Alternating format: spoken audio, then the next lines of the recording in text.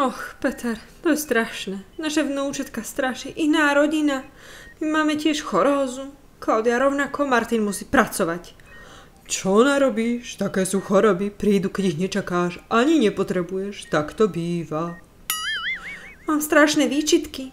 Emka sa dokonca u opatrovateľov zranila. A keby sme tam boli, nič by sa nestalo. No nemaj výčitky. Chorobu raz, dva prekonáme a všetko bude za nami a v poriadku. Idem sa teraz pozrieť za Emkou. Ešte, že je o poschodie nižšie. Naša princezná. Tak, sleduj prštik, Emka. Keď ten prst stále posúvaš, musím skúliť. No pozrime sa, kto to tu je. Naša vnúčka Eminka. Detko, ahoj. Tak, vyberiem ťa z postielky, naša malá Emka. Poď k detkovi. Detko, čo to robíš tu sám? To nie je správne dieťa. Emka, Zlatko, to ma mrzí. To bude tou chorózou, alebo aj vekom. Ach, tu si moja princezna. Budete takí milí a prezradíte mi, kto ste? Aké nezdvorilé. Ja som Emkin dedo Peter Kováč. To môžem dosvedčiť. Dobre, pán Kováč, vaša vnučka bude o chvíľu prepustená. Všetky hodnoty sú v poriadku, odraz mozgu je prekonaný. To je úžasné, Emka, poď si zatancovať. Nie, nechcem tancovať. Som rada, že sa tešíš, ale ja nechcem ísť naspäť k tej rodine. Ďakujeme, krásne ste sa postarali o moju vnúčku. Hneď by som vás vystískal, lebo som ženatý pán. A dedo zasa preháňa. Detko, prestaň, to je trápne. Haló, čo to má byť? Viem, že sa tešíte, ale ruky preč. Mrzí ma to, prepáčte, to bude tou chorobou, naozaj som nechcel. Dobre, ešte vám vyplním tú prepúšťaciu správu a vaša vnúčka môže ísť domov.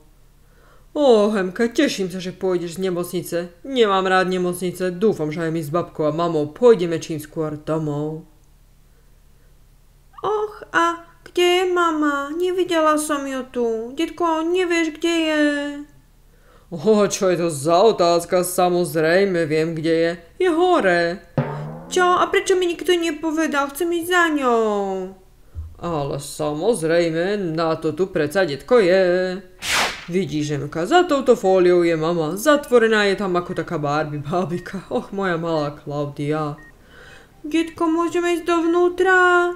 Prečo nemôžeme ísť dovnútra? Zlatko, to nie je také jednoduché. Mama je v karanténe, choroba je veľmi infekčná. Je mi to jedno, ja chcem ísť za maminkou, chcem ju pozdraviť. Zlatíčko, viem, že ti chýba maminka, ale je tu detko. Emka, to si ty? Počuješ, Emka? To bola maminka. Volá na teba. Mama, tu som, musím ísť za tebou, prosím.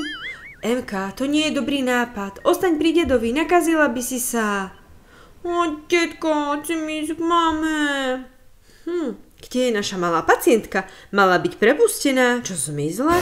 Ešte, aby som ju tu hľadala. Donesem prepúšťacie papiere a ona si je už preč. No toto kde zmizla? Prepáčte mi, musím vyhlásiť jedno oznámenie.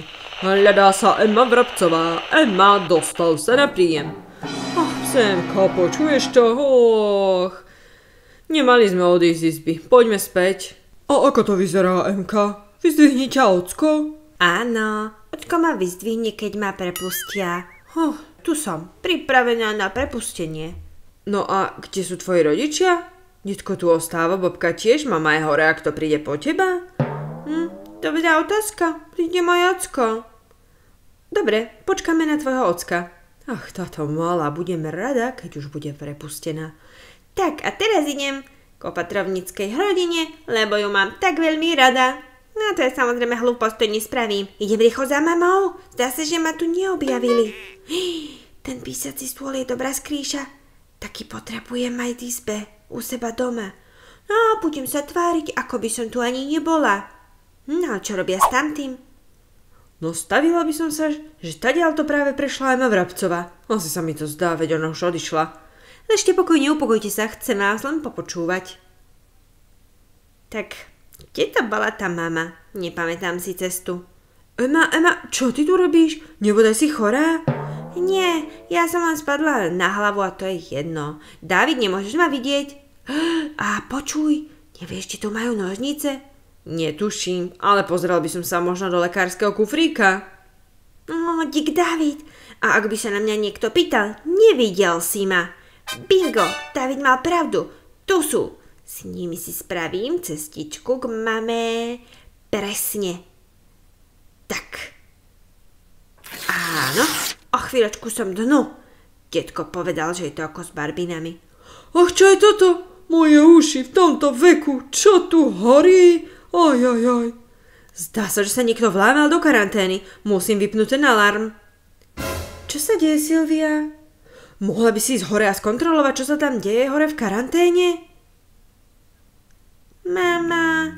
MK, to si ty? Ty si tu vnútri? Áno, ahoj, chcem ísť s tebou na izbe, to bude super. MK, ako si sem prišla? MK, ja tu nie som len tak bezdôvodne za tou fóliou. Maminka, tak si mi chýbala, som šťastná, že si teraz pri mne. Och, to dieťa vážne prerezalo fóliu? Všetky tie baktérie, vírusy. Musím tú dieru rýchlo zatvoriť, aby odtiaľ nevychádzali ďalšie zárodky. Ingrid, vysvetlíš mi, čo sa tu deje? Zdá sa, že táto malá Emka Vrabcová použila nožnice a prestrihla fóliu do karantény. Ach, no, zdá sa, že to malé dievčatko už odtiaľ nedostaneme. Možno sa už aj nakazila. A to všetko len aby mohla byť so svojou maminkou. Ach, je to naozaj srdcervúce.